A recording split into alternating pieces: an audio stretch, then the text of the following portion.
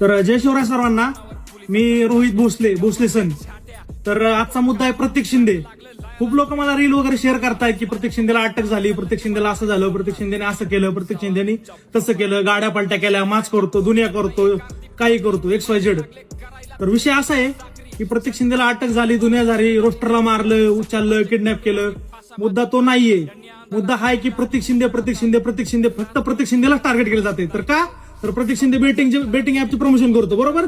तर मला सांगा, बेटिंग ऍपची प्रमोशन कोण करत नव्हतं? कुठला रजिस्ट्रार, कुठला कंटेंट क्रिएटर बेटिंग ऍपची प्रमोशन करत नव्हतं आतापर्यंत? सगळे तेच करतात. आता ऑफिशियल बॅन झालं तेव्हापासून सगळ्यांची दुकानं बंद येतं.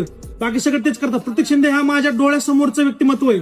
तो लहान असल्यापासून, आम्ही स्कूल कॉलेज सोबत असल्यापासून चा मुद्दा आहे की एवढ्या गरीब परिस्थितीतून भंगार गोळा करायचा पोरगा, लक्षात ठेवा, भंगार गोळा करायचा. त्याच्यातून त्याने हळूहळू स्वतःची सुरुवात करून, स्वतः स्ट्रगल करून स्वतःचा छोटासा व्यवसाय चालू केला बिगवन या गावामध्ये. तुम्हाला माहिती असेल तर मेन ब्रांच. तिथून हळूहळू रील्स वगैरे बनवून, कंटेंट स्वतःचे शोधून करून. प्रतीक शिंदे आजकाल आलेला नाहीये. प्रतीक शिंदे कुठला खानदानी जागीरदार नाही.